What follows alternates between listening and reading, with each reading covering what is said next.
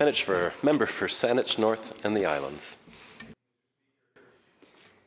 It's an honor to be able to stand and speak to Bill 2, the National Day for Truth and Reconciliation Act, an act that is making the National Day for Truth and Reconciliation also a provincial day for truth and reconciliation. Following through on the Truth and Reconciliation Commission's recommendation number 80, the report to set aside a day for British Columbians and for Canadians to reflect on the true history of this country and of this province. As many in this Legislative Assembly may remember, when it came to light, the findings in Kamloops to Secwepemc territory, the Kamloops Indian Residential School. I shared a story about my family's history and relationship with these residential institutions that Indigenous children were taken from their families and forced to spend, in some cases, many years suffering all manner of abuse. As a descendant of residential school survivors, indeed someone who is a survivor of intergenerational trauma that was suffered by the terror that these institutions brought upon our families and our relatives, not just here in British Columbia, but right across the country, I think that this is a very welcome and important act by this government to set aside a day for us to reflect and commemorate, or reflect, I should say, on the impact that the true history of these Crown institutions, this Crown institution that we stand in today, and the federal Crown, and they brought upon the Indigenous peoples of this country.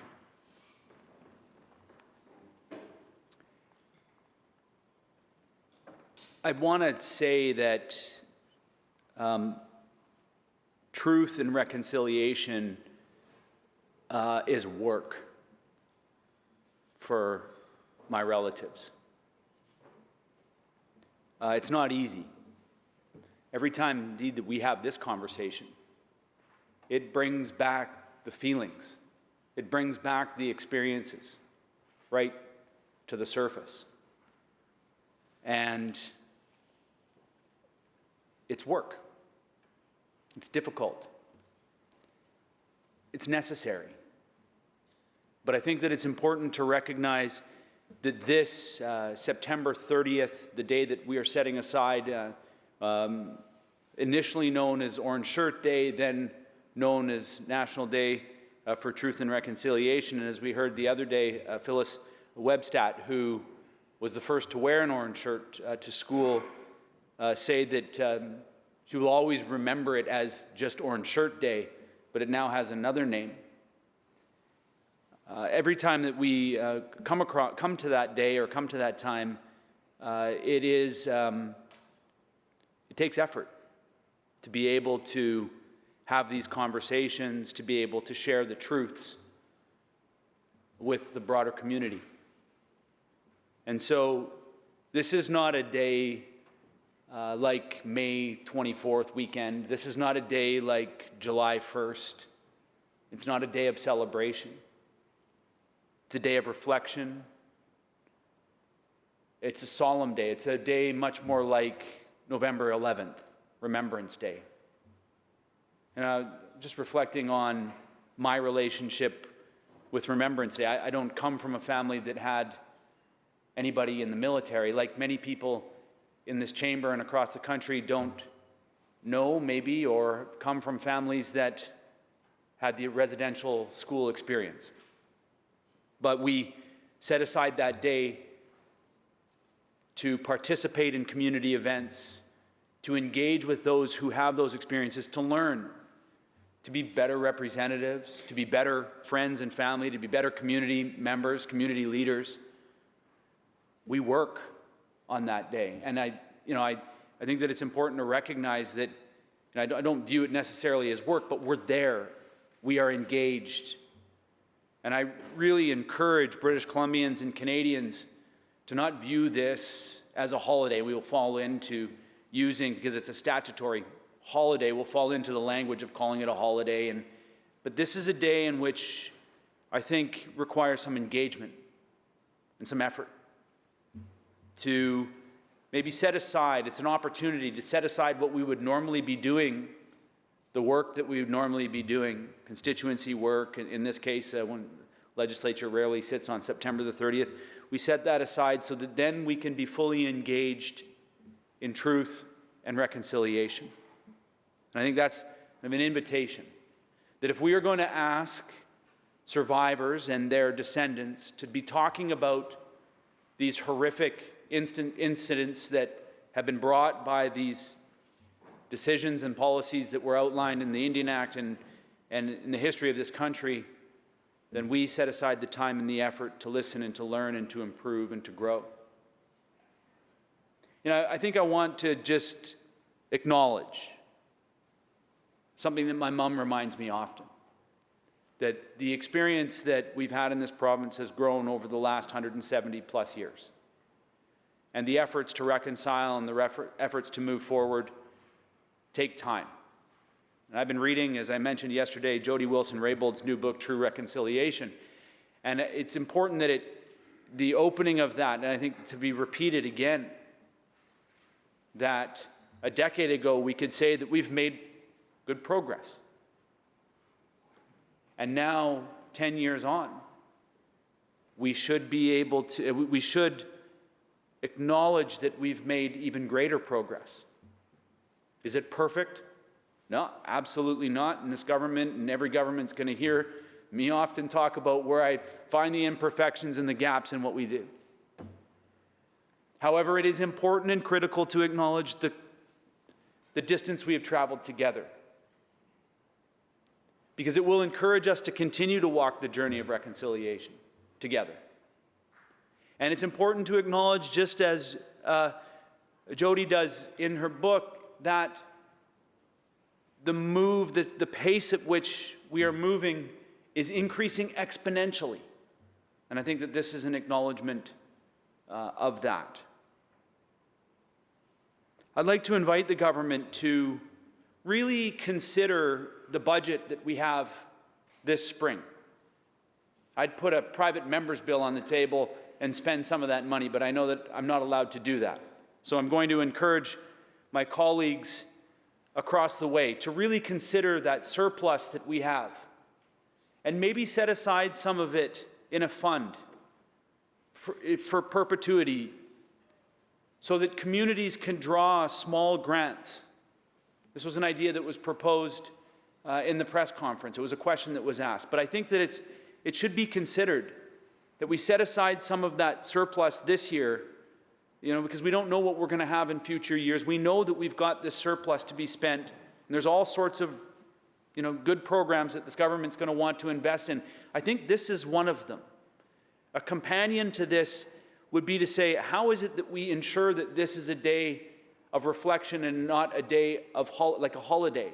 Well, by encouraging and setting the tone early on here in this speech, and then the way we move forward. Set aside some of that money in a fund so that then municipalities and community groups can draw just small grants to host events, to be able to pay in a good way the handshakes that our elders and those who are survivors would expect in a cultural way, to come and share their stories, to be able to afford the blankets and the food that then often has to happen when we get together and have these events. We blanket people and protect them, and then we share a meal after, because we are brothers and sisters and friends and neighbors, aunties and uncles and cousins. And the way that we can ensure that this doesn't just become another day off, another day that we, waste doing other things that's not work, is if we really enshrine and establish a way for communities to not excuse themselves from doing the hard work of truth and reconciliation. And so I really invite the government at this time to consider the opportunity that it has in front of it in the short term, to make an investment in the long term of truth and reconciliation, because this is not a fleeting moment. This is indeed going to be a journey that we walk for a very long time. And I really raise my hands to the government. I raise my hands to all of the Indigenous leaders who have continued to advocate for this, for the Truth and Reconciliation Commission, for laying this idea out in front of governments to take up. But most importantly, I raise my hands to the people like Eddie Charlie, who was with us just a couple of days ago, who is prepared and willing to consistently stand and share the horrors that he and his schoolmates experienced in those terrible institutions. And he's just one. There are hundreds and there are thousands that have survived that experience. Many are no longer with us, but there are still many that are with us. And I think that this is an opportunity now to be able to honor those stories in a good way, to learn from those experiences, and to ensure that we're building a society that never has that happen again. And we create for us a path that we see a lot more of that exponential growth towards a reconciled and a more truthful society that we live in, where Indigenous and non-Indigenous people are working and living and playing together in a good way, like I think our ancestors, when they first welcomed those boats ashore, saw the opportunity that was associated with that. And initially those relationships were good relationships before it turned sour. And I think that we need to learn that about our history as well. So with that, I raise my hands to the government for tabling this bill. I look forward to the other stages of debate. I think anybody that's heard this speech will sense that I'm quite supportive of this initiative. And I certainly hope that the government takes up the idea of putting in place a long-term investment or an investment that can be benefiting communities over the long term, to ensure that we can really enshrine this day as a day of reflection, as a somber day to really do the important work of truth and reconciliation. Thank you, Member.